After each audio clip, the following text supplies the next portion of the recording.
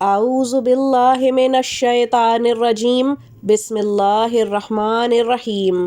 اللہم صلی علی محمد وعلی آل محمد کما صلیت علی ابراہیم وعلی آل ابراہیم انک حمید مجید اللہم بارک علی محمد وعلی آل محمد کما بارکت علی ابراہیم وعلی آل ابراہیم انک حمید مجید۔ السلام علیکم ورحمۃ اللہ وبرکاتہ و مغفرتہ۔ اللہ کے نیک بندو، امید کرتے ہیں کہ آپ سب بخیر و عافیت اپنے پیاروں کے ساتھ موجود ہوں گے، اور اگر آپ کسی بھی بڑی یا چھوٹی پریشانی یا دکھ اور تکلیف سے گزر رہے ہیں تو ہمارے اس چینل پر بے شمار مسائل پر بہت سارے وظائف موجود ہیں۔ آپ چینل وزٹ کر کے اپنی پریشانی کے حساب سے وظیفہ دیکھ سکتے ہیں اور شروع بھی کر دیں، تاکہ آپ کی زندگی میں بھی سکون آ سکے اور آپ کی زندگی اپنے گھر والوں کے ساتھ خوشحال گزر سکے۔ ساتھ ہی چینل کو سبسکرائب کیجئے اور ان وظائف کو دوسروں تک بھی شیئر کیجئے،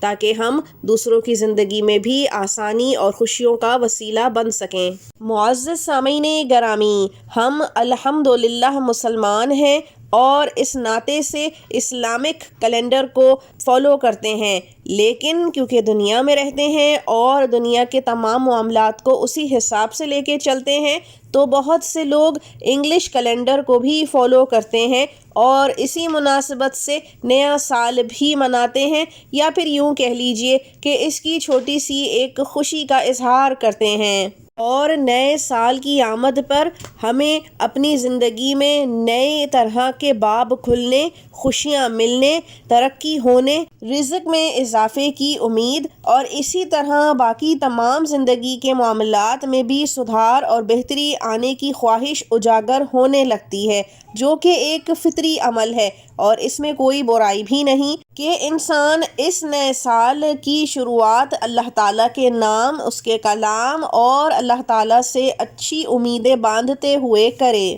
اور اسی مناسبت سے آپ کے لیے آج کا وظیفہ لے کر حاضر ہوئے ہیں، جو کہ سورہ قریش اور سورہ کوثر کا ہے۔ معزز سامعین گرامی، وظیفہ بتانے سے پہلے آپ کو یہ بات بھی بتاتی چلوں کہ صرف اچھی امید رکھنا اور آگے بڑھنا ہی ضروری نہیں، بلکہ اپنا محاسبہ کرنا بھی اتنا ہی اہمیت کا حامل ہے۔ محاسبہ یعنی اپنے کیے گئے اعمال پر نظر ثانی کریں، اچھائی کی ہو یا پھر برائی، اس کا حساب کتاب رکھیں، اللہ تعالیٰ سے برائی کے کاموں کی معافی مانگیں اور نیک اور اچھے کاموں کی ہدایت بھی مانگیں۔ اپنا محاسبہ کرنے سے انسان نیکی اور ہدایت کی راہ سے قریب ہوتا چلا جاتا ہے۔ انسان کی فطرت کچھ ایسی ہے کہ وہ کیا کھویا اور کیا پایا کے درمیان پھنس کر ہی رہ گیا ہے، جبکہ دنیا میں آنے کا مقصد کچھ اور ہے،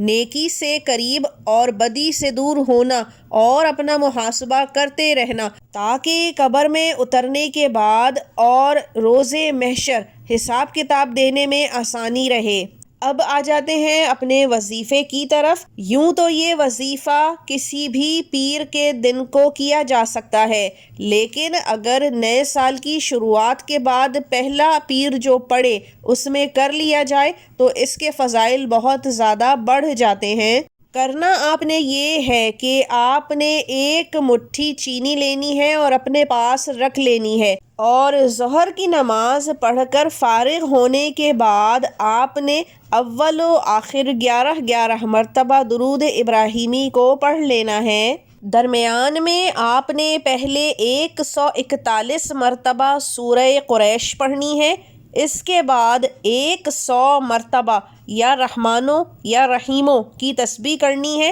اور آخر میں 141 مرتبہ ہی سورہ کوثر کو پڑھ لینا ہے۔ وظیفہ مکمل کر لینے کے بعد پاس رکھی ہوئی چینی پر پھونک دیں، دم کر دیں، اور پھر اس چینی کے 2، 3 یا 4 حصے کر لیجئے، اور گھر میں اس جگہ جہاں چونٹیاں ہوتی ہوں وہاں پر اس کو ڈال دیجئے، تاکہ یہ چونٹیوں کی خوراک بن سکے۔ اس طرح سے آپ کا یہ عمل مکمل ہو جائے گا، اور پھر ہاتھ اٹھا کر اللہ تعالیٰ سے اپنی معاملات کے لیے اور حاجات کے لیے دعا مانگ لیجئے۔ اللہ تعالیٰ ہم سب کے لیے آسانیاں پیدا فرمائے اور ہماری دعاؤں کو قبول فرمائے، آمین۔ اب اجازت دیجئے، اگلی دفعہ تک کے لیے اللہ حافظ۔